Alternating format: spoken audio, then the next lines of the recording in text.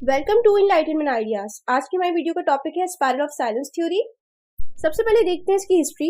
Elizabeth Noelle Neumann, a German political scientist, the president of world association for public opinion research and one of the founders of public opinion organization, first presented the spiral of silence theory in two scientific articles in 1974. Elizabeth Neumann जो थी वो एक German political scientist थी। इसके अलावा ये president थी world association for public opinion research की, और साथ साथ ये पब्लिक ओपिनियन ऑर्गेनाइजेशन के फाउंडर्स में से एक फाउंडर थी। इन्होंने first time spiral of silence theory को प्रेजेंट किया दो साइंटिफिक आर्टिकल्स में 1974 के एरा में। अब इसका सेकेंड पॉइंट देखते हैं। इन 1980 the first book on the spiral of silence was published in German, followed by the first addition in English in 1984। Spiral of silence theory पर जो पहली किताब, पहली बुक जो पब्लिश हुई वो जर्मन लैंग्वेज में 1980 में पब्लिश हुई। उसके एग्जैक्ट 4 साल बाद 1984 में इसका इंग्लिश एडिशन आया।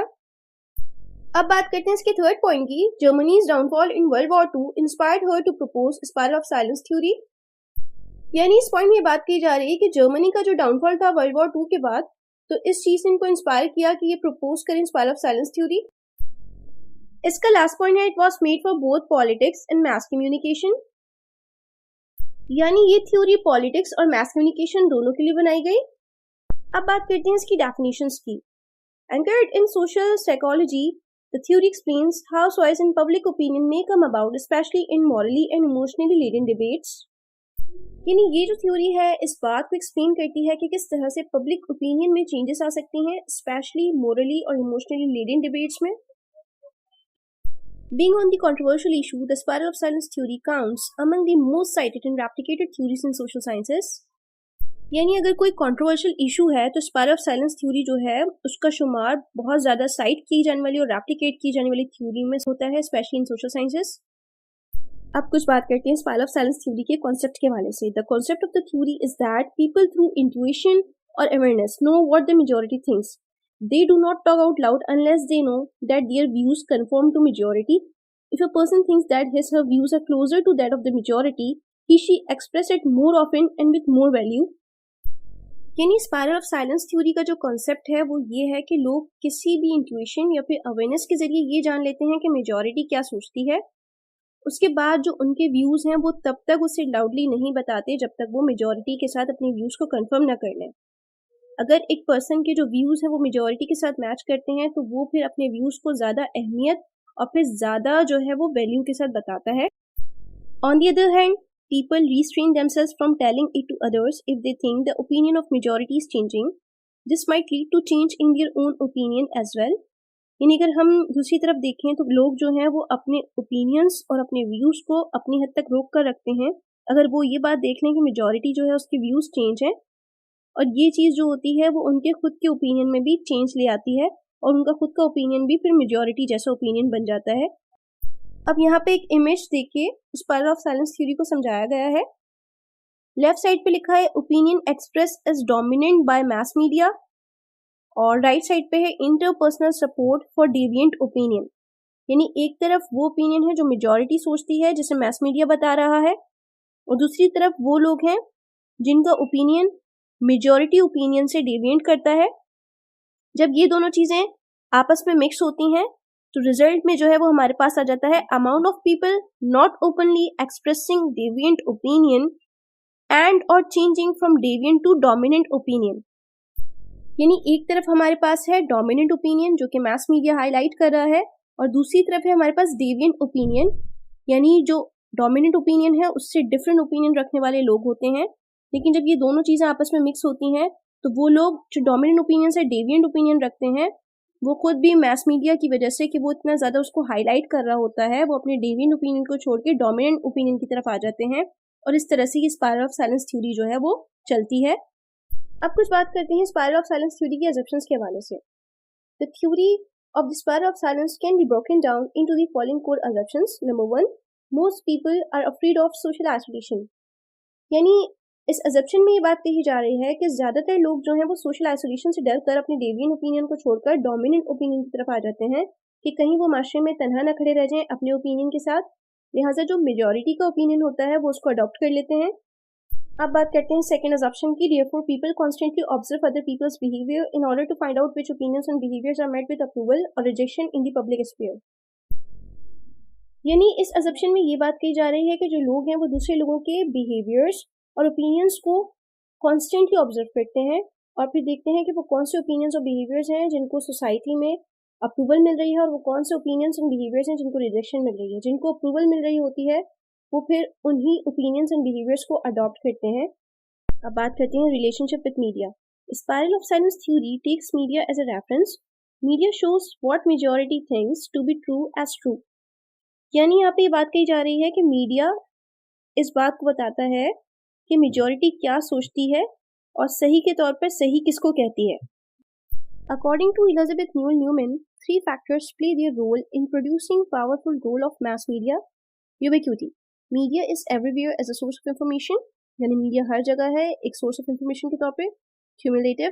Various news media repeat news stories across their different program across the time. यानी एक ही तरह की चीज को मीडिया जो है वो अपनी न्यूज स्टोरी, न्यूज प्रोग्राम्स हर तरह से अक्रॉस द टाइम यानी वक्त के साथ साथ शेयर करते रहता है. उसके बाद आता है consonance. Similarity of values which influence the content which media produce. यानी जिस तरह की वैल्यू जो है वो माशरे में प्रोड्यूस करना चाहता है मीडिया, उसी तरह की जो वो प्रोग्राम है, कंटेंट है, उसको प्रोड्यूस करता है, उसी तरह की वैल्यूज को उसमें शो करता है. लिहाजा इस तरह से जो है वो लोगों का जो डेविएंट ओपिनियन होता है वो डोमिनेंट ओपिनियन की तरफ आ जाता है. अब हम कुछ बात करते हैं स्पाइरल ऑफ साइलेंस थ्योरी के एग्जांपल्स के हवाले से. In political elections usually people are asked about their thoughts on candidates. They try to support the popular candidate confidently और do not give out their opinions.